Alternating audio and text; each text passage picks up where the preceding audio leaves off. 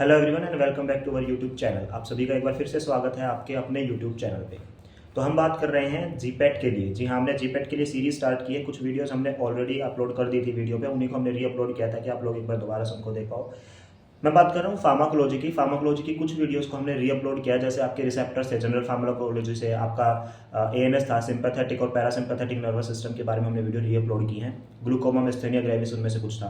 अब हमारे कुछ क्वेश्चन जो है ऐसे टॉपिक से आते हैं जो स्पेसिफिकली हम ये नहीं कह सकते कि ये एक टॉपिक है या फिर हम ये एक चैप्टर है ना।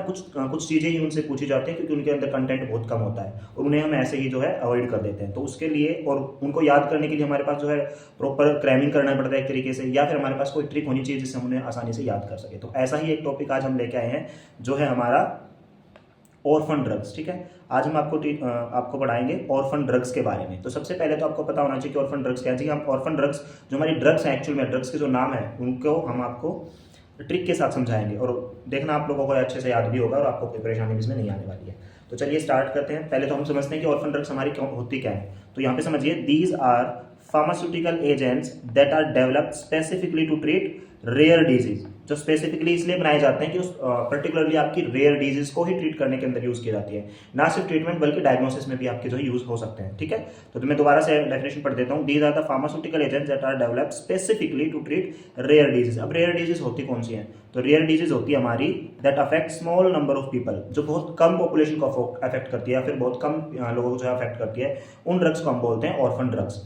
ठीक है, तो नेक्स्ट बात आती है हमारी, इन्हें ऑर्फन ड्रग्स बोला ही क्यों जाता है? Why orphan? इनको इस नाम से हम जानते हैं क्यों? तो देखिए, because the small number patient या फिर because the small patient population makes their development and production commercially unviable.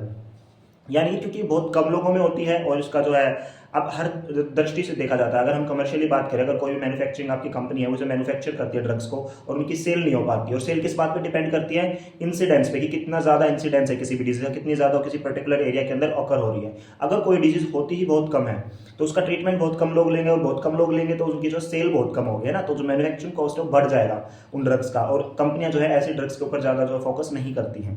क्यों? क्योंकि उन्हें फाइनेंशियली लॉस हो सकता है। तो इसलिए उन्होंने यही कहा कि इनको ऑर्फन ड्रग्स इसलिए बोला जाता है क्योंकि बहुत कम पेशेंट पॉपुलेशन ऐसी है जिनके लिए इनको यूज किया जाता है, वही इसकी डेवलपमेंट और प्रोडक्शन को कमर्शियली अनवायबल बनाते हैं। ठीक है, उसके बाद है नेक्स्ट हमारे, इन्हें लाइफ सेविंग ड्रग्स भी कहा जाता है। लाइफ सेविंग ड्रग्स क्यों कहा जाता है? क्योंकि इनके लिए पर्टिकुलर कोई जबरदस्त ट्रीटमेंट अवेलेबल नहीं होता। तो ऐसे में अगर कुछ ड्रग्स अवेलेबल है, भले ही उन्हें ऑर्फन के नाम से जाना जाता हो, तो वैसे में क्या काम करती हैं? लाइफ सेविंग का काम करती है, आपकी जान बचा सकती है। अब हमारी बात आती है कि वो ड्रग्स है कौन कौन सी। तो हमारे यहाँ पे जीपैट की दृष्टिकोण से कौन कौन से इंपॉर्टेंट चीजें हैं जो हमें याद करना ऑर्फन ड्रग्स से, वो हैं इन ड्रग्स के नेम भी। कौन कौन सी ड्रग्स हैं हमारी जो ऑर्फन ड्रग्स कहलाती हैं, तो उनको याद करने की हमारी ट्रिक है।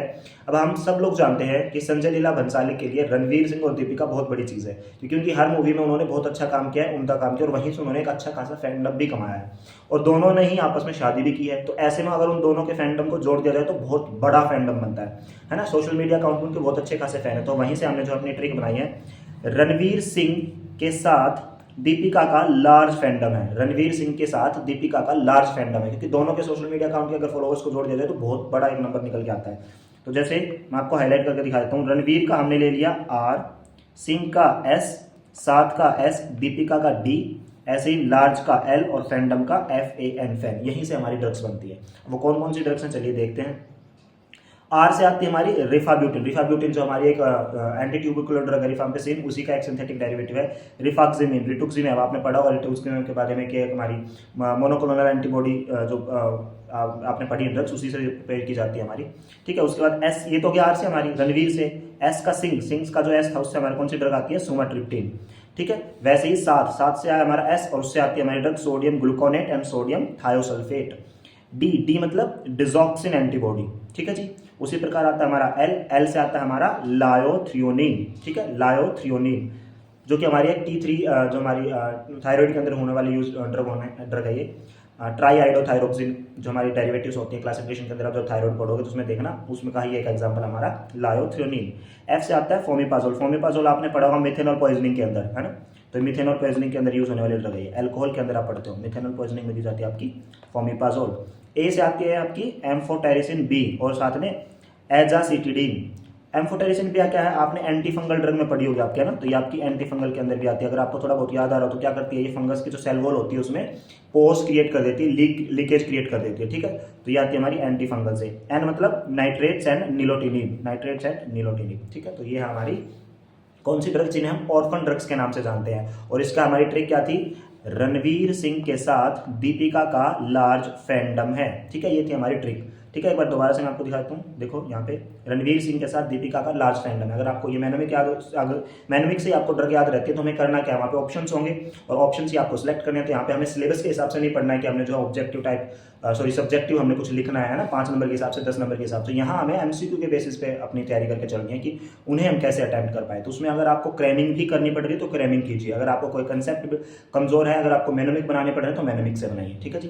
तो ये था हमारी पहली मैनोमिक ऑर्फन ड्रग्स के बारे में। आई होप आपको ये समझ में आई होगी। अगर इसकी किसी भी प्रकार की आपको कोई भी इसमें परेशानी रहती है तो हमें कमेंट बॉक्स में हर बार की तरह जरूर अपने राय दीजिए। अगर आप चाहते, आपके पास कोई अच्छी और दूसरी मैनोमिक्स है किसी अदर टॉपिक्स के बारे में, तो वो भी हमारे साथ शेयर कीजिए ताकि हम लोगों को बता पाए उसके बारे में, हमारे जो दूसरे फॉलोवर्स हैं, दूसरे सब्सक्राइबर, उन्हें भी इसके बारे में हम इन्फॉर्मेशन प्रोवाइड कर पाए। आई होप आपको ये समझ में आया होगा।